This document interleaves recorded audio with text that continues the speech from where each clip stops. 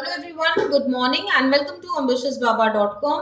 We are back with our daily current affairs. तो चलिए जानते हैं 7 अक्टूबर के करंट अफेयर्स क्या हैं। इसके अलावा अगर आपने हमारा weekly revision current affairs class miss किया है तो ऊपर आई बटन में आप उसे चेक कर सकते हैं। 200 प्लस का पार्ट 1 पढ़ाया था हमने संडे को। तो चलिए पढ़ते हैं आज के क्वेश्चंस की तरफ। पहला सवाल, इनमें से किस राज्य या फिर केंद्र शासित प्रदेश ने एयर पोल्यूशन के अगेंस्ट एक कैंपेन की घोषणा की है जिसका नाम है युद्ध प्रदूषण के विरुद्ध। 5 ऑप्शन है हमारे पास। तो चलिए the answer is C, Delhi.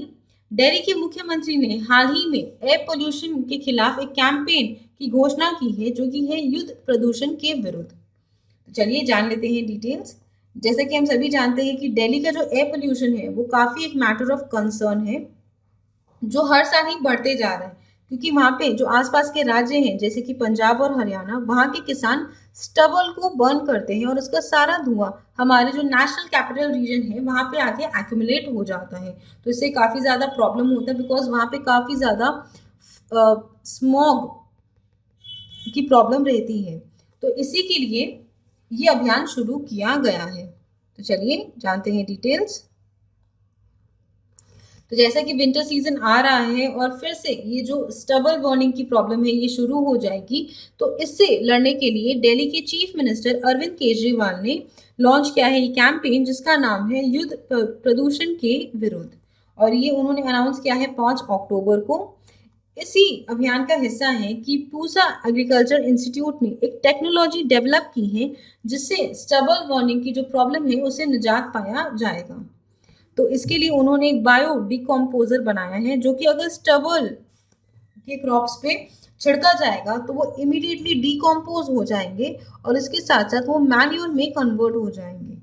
तो इससे हमें कोई भी आर्टिफिशियल फर्टिलाइजर की जरूरत नहीं पड़ेगी और ये जो मैन्योर है ये सर्व करेगा एज अ नेचुरल फर्टिलाइजर। क्योंकि ये सोल्यूशन लाना काफ़ी ज़्यादा ज़रूरी था, क्योंकि पिछले वर्ष जो दिल्ली का पोल्यूशन था इन नवंबर वो पीक कर गया था to 44% solely due to the farm fire smoke. चलिए बढ़ते हैं अगले क्वेश्चन की तरफ। दूसरा सवाल, इनमें से कौन सा एयरपोर्ट एएआई का फर्स्ट 100% सोलर पावर्ड एयरपोर्ट है। 5 ऑप्शन है हमारे पास। तो चलिए the answer is E, Puducherry airport. Puducherry airport AAI का पहला 100% सोलर पावर्ड एयरपोर्ट है। तो चलिए जानते हैं डिटेल्स। तो जैसा कि हमने क्वेश्चन में ये पढ़ा है कि जो पुडुचेरी एयरपोर्ट है वो पहला एयरपोर्ट है of the airports authority of India का जो कि एंटायरली सोलर पावर्ड है। तो ये जो 500 kWp का ground mounted solar power plant commission किया गया है 2 अक्टूबर 2020 को, और इसके साथ साथ इसकी अप्रोक्सीमेट कॉस्ट है इस प्लांट की 2.8 करोड़ रुपीस। तो इससे जो पुडुचेरी एयरपोर्ट है वो उनका जो इलेक्ट्रिकल कंजम्पशन है उसमें सेव करेंगे up to ₹10 lakh per month, और इसके साथ साथ जो हमारा कार्बन फुटप्रिंट है वो भी काफ़ी कम हो जाएगा। और एडिशनल इन्फॉर्मेशन मैं आपको बता दे रही हूँ कि दुनिया का फर्स्ट सोलर पावर्ड एयरपोर्ट है भारत में जो कि है कोचिन इंटरनेशनल एयरपोर्ट, जो कि ओन करता है कोचिन इंटरनेशनल एयरपोर्ट लिमिटेड। चलिए बढ़ते हैं तीसरे क्वेश्चन की तरफ। तीसरा सवाल, इनमें से किस राज्य के फेमस चिली डाले खुर्सानी को हाल ही में जीआई टैग मिला है। 5 ऑप्शन है हमारे पास। तो चलिए the answer is D, Sikkim.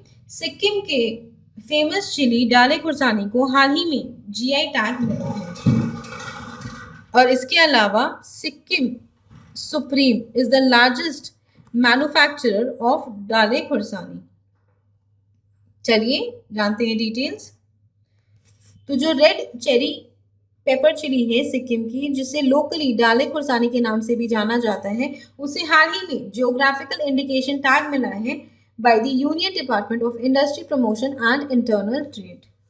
और ऐसा भी कहा जाता है कि दुनिया की one of the hottest chilli में आता है डाले खुर्सानी, और इनका नाम इंक्लूड किया गया है in the GI registry of the government of India, और इसकी रिकमेंडेशन यानी कि एक एप्लीकेशन इसके लिए फाइल की गई थी by the north eastern regional agriculture marketing corporation limited on behalf of Sikkim. तो चलिए अब बात कर लेते हैं कि हाल ही में किसे जीआई टैग मिला है। तो तमिलनाडु के पथामादाई मैट और पंचामृतम ऑफ पलानी टेम्पल को जीआई टैग मिला है। केरला के मरायूर जैगरी और तिरुर सुपारी को जीआई टैग मिला है। कर्नाटका के अर्कानट यानी कि सिरसी सुपारी को जीआई टैग मिला है। मिजोरम के तवलोपुआन को जीआई टैग दिया गया है। दार्जिलिंग के हरे और सफेद चाय को भी जीआई टैग मिला है। चेन्नई के श्री विलीपुत्र पकलोवा को जीआई टैग मिला है और गोवा के मोइरा बनानास, हरमाल चिलीज और खाजे को जीआई टैग मिला है। चलिए बढ़ते हैं चौथे क्वेश्चन की तरफ। चौथा सवाल, इनमें से किस देश के साथ भारत ने रखीने राज्य में सिटवे बंदरगाह के संचालन के लिए सहमति दी है? 5 ऑप्शन है हमारे पास। तो चलिए the answer is E Myanmar. Bharat और म्यांमार ने अग्री किया है कि वो ऑपरेशनलाइज करेंगे सिटवे पोर्ट जो कि है रखीने स्टेट में। तो चलिए जानते हैं डिटेल्स। तो हमारी मिनिस्ट्री ऑफ एक्सटर्नल अफेयर्स ने हाल ही में ये नोटिफाई किया है कि भारत और म्यांमार ने अग्री किया है कि वो मिलके ऑपरेशनलाइज करेंगे सिटवे पोर्ट जो कि है रखीने स्टेट में in the first quarter of 2021। और हाल ही में हमारे chief of army staff general M Naravane and foreign secretary Harshvardhan Shringla Myanmar गए थे 2 दिन के विजिट में, यानी कि 4 और 5 अक्टूबर को, तब ये निर्णय लिया गया था।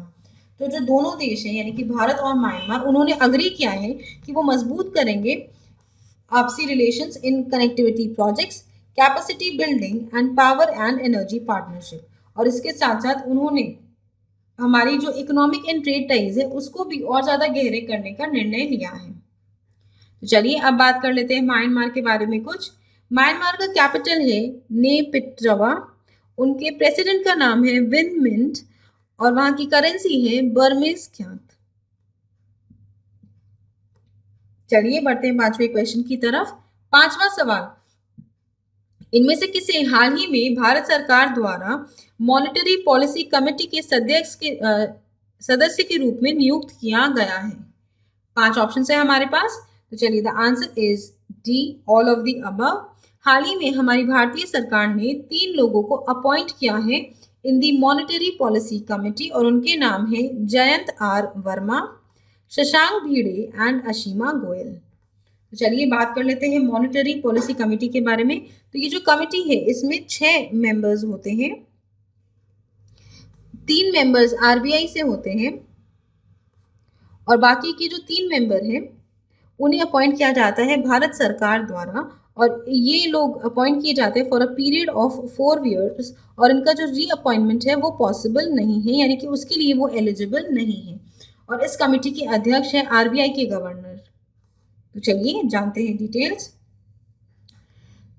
तो जैसे कि हमने क्वेश्चन में ही पढ़ा है कि हमारे भारतीय सरकार ने अपॉइंट किया है इकोनॉमिस्ट को जो कि है Jayanta R Varma, Shashank Bhide and Ashima Goyal as the new members of the monetary policy committee, जिसका गठन हुआ था वर्ष 2016 में।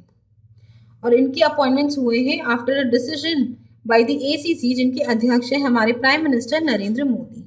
तो चलिए अब बात कर लेते हैं कि मॉनेटरी पॉलिसी कमेटी का काम क्या है। तो ये जो कमेटी है ये प्रिपेयर करती है monetary policies of the country using the monetary policy tools, जिसमें ये डिसाइड करती है कि हमारा बैंक रेट्स क्या होना चाहिए, रेपो रेट्स क्या होने चाहिए, रिवर्स रेपो रेट्स और कैश रिजर्व रेशियो। तो चलिए जान लेते हैं कि करंट पॉलिसी रेट के हिसाब से ये करंट पॉलिसी रेट्स क्या है। तो हमारा रेपो रेट है करंटली एट 4%, हमारा रिवर्स रेपो रेट है एट 3.35%, हमारा मार्जिनल स्टैंडिंग फैसिलिटी रेट है एट 4.25%, बैंक रेट एग्जिस्टिंग है एट 4.25%, CRR है एट 3% एंड SLR है एट 18%। चलिए बढ़ते हैं अगले क्वेश्चन की तरफ। 6वां सवाल, इनमें से किसे ब्लैक होल अनुसंधान के लिए भौतिक में नोबेल पुरस्कार 2020 प्राप्त किया गया है? 5 ऑप्शन है हमारे पास। तो चलिए द आंसर इज डी।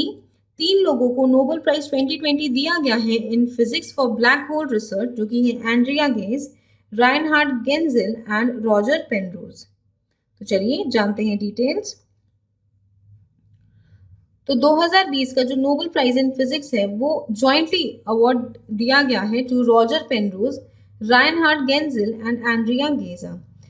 तो एक panel at Karolinska Institute in Stockholm ने अनाउंसमेंट की है 6 अक्टूबर को। तो ये जो अवार्ड है ये पहले दिया गया था उन डिस्कवरीज को ऑनर करने के लिए जो टाइनेस्ट ऑफ पार्टिकल्स है और कई सारी आउटर स्पेस की मिस्ट्रीज है उसके बारे में बताते हैं। तो 1/2 ऑफ दिस नोबेल प्राइज दिया गया है टू रॉजर पेनरोज को, क्योंकि उन्होंने उनकी डिस्कवरी के लिए ऑन ब्लैक होल्स, और जो बाकी का प्राइज है वो जॉइंटली अवार्ड दिया गया है टू रायनहार्ड गेंजिल एंड एंड्रिया गीज को for the discovery of a supermassive compact object at the centre of Galaxy. इसके अलावा कल हमने आपको पढ़ाया था कि हाल ही में नोबेल प्राइज इन मेडिसिन 2020 की घोषणा की गई है। तो वो दिए गए हैं to Harvey J Alter, Michael Houghton and Charles M Rice को for the discovery on hepatitis सी।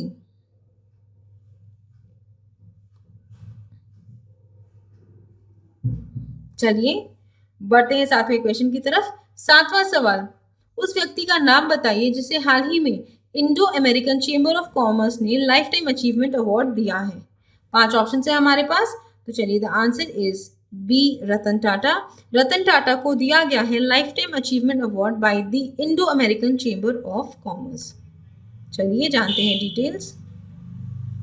तो जो Indo American chamber of commerce है उन्होंने अपना लाइफ टाइम अचीवमेंट अवार्ड दिया है बिजनेस आइकन रतन टाटा को for his recent as a part of his recent globalship awards. तो ये जो सम्मान है रतन टाटा को ये दिया गया है ऑन 3 अक्टूबर। तो ये जो टाटा ग्रुप है इसकी वैल्यूएशन है around USD 100 billion around year 2011 and 12। और आज भी जो रतन टाटा है वो रहते हैं undoubtedly as the most influential industrialist, philanthropist and humanitarian. तो रतन टाटा जी का ऐसा मानना है कि ये जो अवार्ड्स है इससे जो हमारे ग्लोबल रीडर्स है उन्हें बहुत ज्यादा इंस्पिरेशन मिलेगी। तो चलिए बढ़ते हैं 8वें क्वेश्चन की तरफ। 8वां सवाल, वर्ल्ड स्पेस वीक कब मनाया जाता है? 5 ऑप्शन है हमारे पास। तो चलिए द आंसर इज डी, 4 से 10 अक्टूबर को वर्ल्ड स्पेस वीक ऑब्जर्व किया जाता है। तो चलिए जानते हैं डिटेल्स। तो जैसे कि हमने क्वेश्चन में ही पढ़ा है कि 4 से 10 अक्टूबर को वर्ल्ड स्पेस वीक ऑब्जर्व किया जाता है, जो कि लार्जेस्ट एनुअल स्पेस इवेंट है इन द वर्ल्ड। ये जो हफ्ता है इसमें हम जो कल के लिए यानी कि हमारा टुमारो के लिए जो वर्क फोर्स है उसे बिल्ड करते हैं, स्टूडेंट्स को इंस्पायर करते हैं और इसके साथ साथ उन्हें ये डेमोन्स्ट्रेट करके दिखाते हैं कि कितना पब्लिक सपोर्ट है फॉर स्पेस प्रोग्राम्स। इसके साथ साथ इस पूरे वीक में जो हमारी पब्लिक है उन्हें एडुकेट किया जाता है अबाउट वेरियस स्पेस एक्टिविटीज़, और इसके साथ साथ जो हमारा इंटरनेशनल कोऑपरेशन है in space outreach and education उसे भी फोस्टर किया जाता है। और इस वर्ष का उनका थीम है सैटेलाइट्स इम्प्रूव लाइफ। तो चलिए with this we come to the end of today's class. I hope आपको ये वीडियो पसंद आया हो। अगर ये वीडियो पसंद आए तो इसे लाइक कीजिए, अपने दोस्तों के साथ शेयर कीजिए और हमारे चैनल एम्बिशियस बाबा को सब्सक्राइब जरूर कीजिए। Also please visit our website test.ambitiousbaba.com, जहां पर आपको स्क्रीन पर दिए गए सभी एग्जाम्स की मॉक टेस्ट मिल जाएंगे। इस वेबसाइट पर जाकर अपना डिजायर्ड मॉक टेस्ट परचेज कर सकते हैं और उसके बाद आप उसे एक्सेस कर सकेंगे अपने अकाउंट में 24/7। इसके अलावा कोई शिकायत हो या कोई सजेशन हो तो हमें नीचे कमेंट करके जरूर बताइएगा, हमें उसका इंतजार रहेगा। Thank you friends, it's all for today and have a great day.